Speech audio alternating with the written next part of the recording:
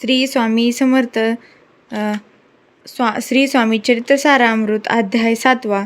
अक्कलकोटच्या राजासाहेबांना श्री स्वामींविषयी विलक्षण भक्ती होती. ते नित्य श्री स्वामी सेवेत मग्न असत. राजेसाहेब धार्मिक वृत्तीचे होते.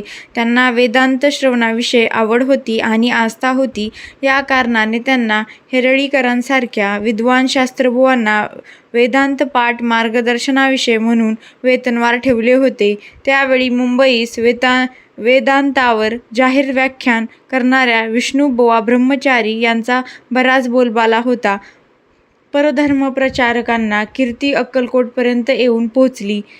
तेव्हा राजेसाहेबांनी त्यांना आमंत्रित केले. विष्णुबुवा अक्कलकोटास आले आणि त्यांना राजवाड्यात वेदांतवर प्रवचने व व्याख्याने देण्यास प्रारंभ केला. त्यांच्या अभ्यासापूर्ण विवंचन ऐकून सर्वजण आनंदले.